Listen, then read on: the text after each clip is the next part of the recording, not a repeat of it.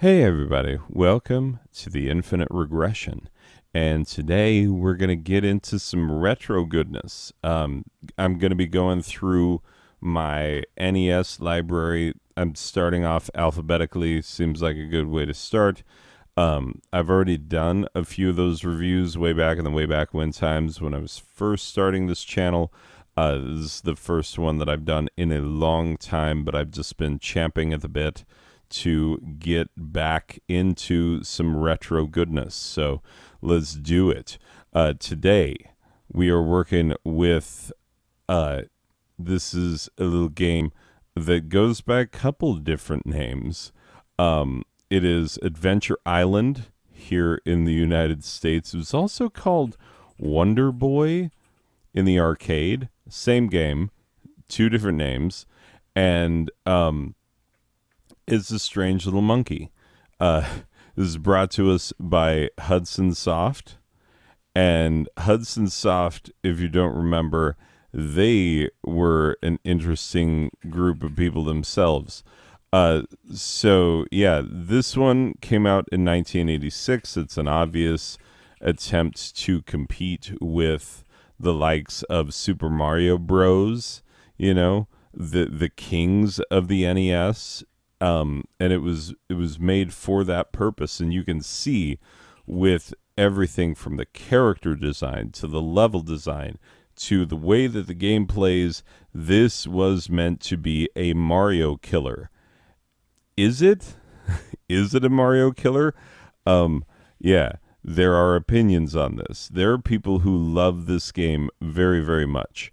I never heard of this game until I started, playing the NES again in my early to mid 20s, and I started collecting for the NES.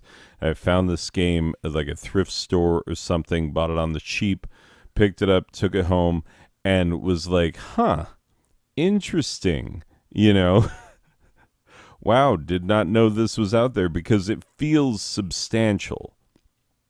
That is the one thing you can say about this game, is that it feels substantial. You can tell that it was made to be a contender, and it feels like it was. And so on that front, congratulations, Hudson Soft. By the way, if you don't know what else Hudson Soft is known for, here's just a list of some fun things you may know them for, just on the NES alone, because they also made a lot of arcade content, and some of that stuff is wild. Hudson Soft is a bit of a hit or miss company, shall we say. They just are. It's, some things they made were amazing, and some things they made were confusing, and some of the things they made are some of the most highly sought after, highly collectible things on the NES.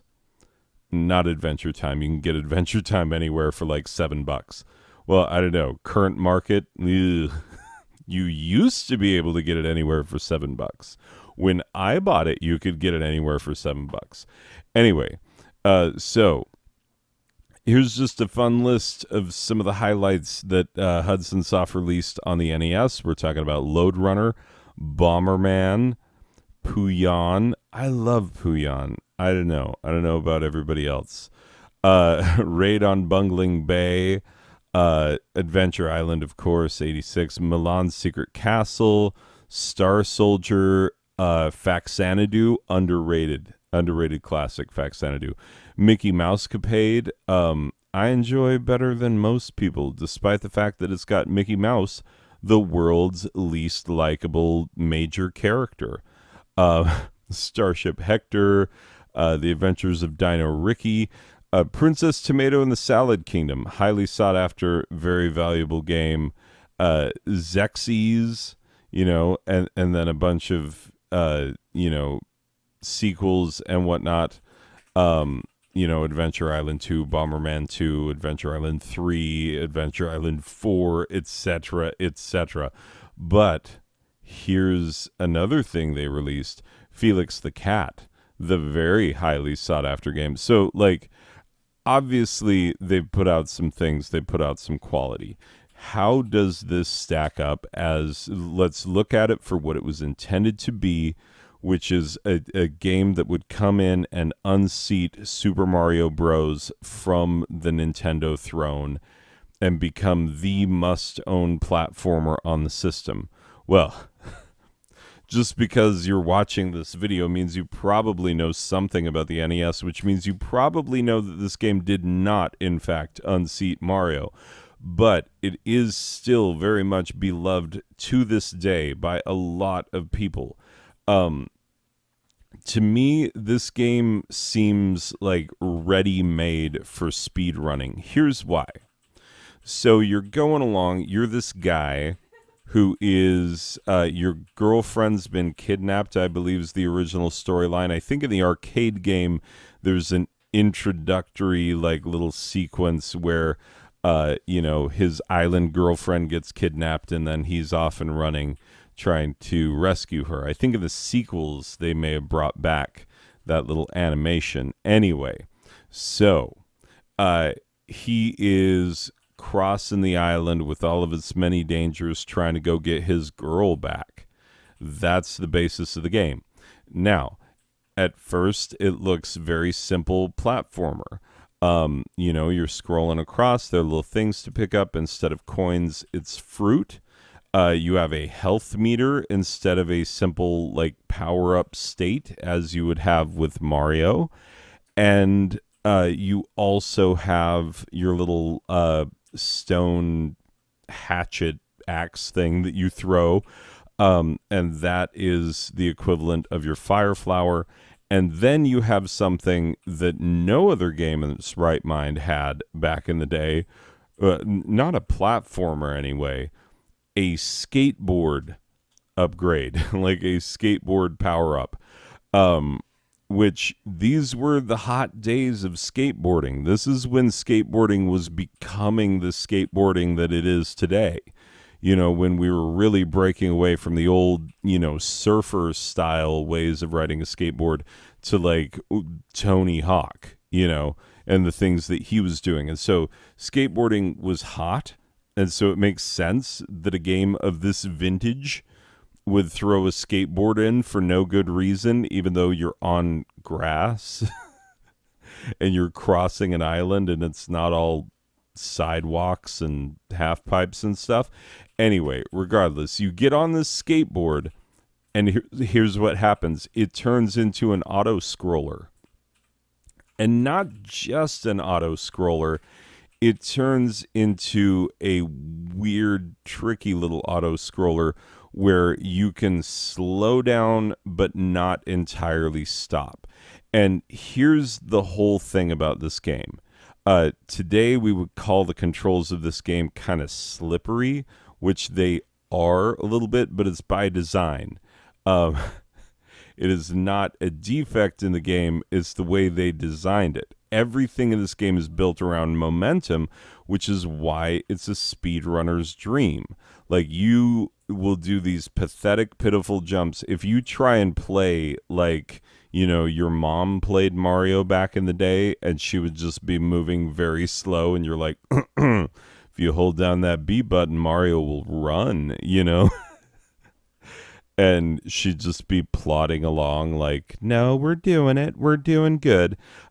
Yeah, not so in this game. If you want to be able to pick up anything, absolutely anything in this game, you have to have some momentum. Otherwise, your jumps are going to be pathetic and tiny. That's just a fact. So it's made for speedrunners. I am not a speedrunner. And that's one of the reasons why I am just absolute trash at this game. I'm terrible at it. You can see in the gameplay footage, I die in stupid places in bad ways. That these are just facts about the world. Anyway, so the controls are all momentum based. The more speed you have, the higher you jump, the farther you go. And when you're on that skateboard, you can really start to fly. And you watch speedrunners, it's all about getting on the skateboard as soon as possible. And that's kind of it. It's a platformer. You scroll across. There are boss battles. I have beaten the first boss in my lifetime. Not in this gameplay footage. Unfortunately, could not make it that far, but I have beaten the first boss in this game, and I've made it partway through the next world before dying. And that's as far as I've ever made it in this game. So you're going to have to take, when I score this, you're going to have to take into account the fact that I'm not great at it, and that colors my grades somewhat. Because it is a pretty hard game for what it is. I die all the time, and I wish I didn't, but I do. Anyway, there are a lot of really cool innovations in this game. This is the first game that I remember seeing clearly marked checkpoints. That's what it is. I couldn't remember what a checkpoint was called. Anyways, the first game that I remember seeing actual checkpoints in, where they are clearly marked. And you'll see there's a point, maybe it makes it in the final cut, in my gameplay footage where I didn't quite reach the checkpoint, but I could see it, and it still gave me the checkpoint. Thanks, Hudson Soft. That was nice. Anyway, so Adventure Island, it's a game that a lot of people love quite a bit. It's a game that I enjoy a moderate amount. And you can see that although it was built to be a Mario killer, it's not quite in that rarefied air, but it's still quite fun. And the game still has its fans to this day. And there's a reason why they made so many sequels on so many systems, because yes, there is a Super Adventure Island. And yes, there are Adventure Islands on the Game Boy and various other consoles forever and ever. Always Adventure Island, because if they're not making another Bomberman something, they're making another Adventure Island. That's the way it goes. Well, I mean, Hudson Soft isn't around anymore, but still though. Anyway, let me put a final score on it. Okay, so, yes, Adventure Island, Hudson Soft's fine little game. How do we feel about it? Well, we feel precisely this way about it. We're giving it a 7 out of a possible 10. Mario's giving the finger. Because Mario, he do be like that sometimes. Anyway, hope you enjoyed this. Let me know if you did. I want to do more retro games because I have a ton of them. And yeah, that'll do it for this one, ladies and gents. We will see you in the next one. Okay, bye.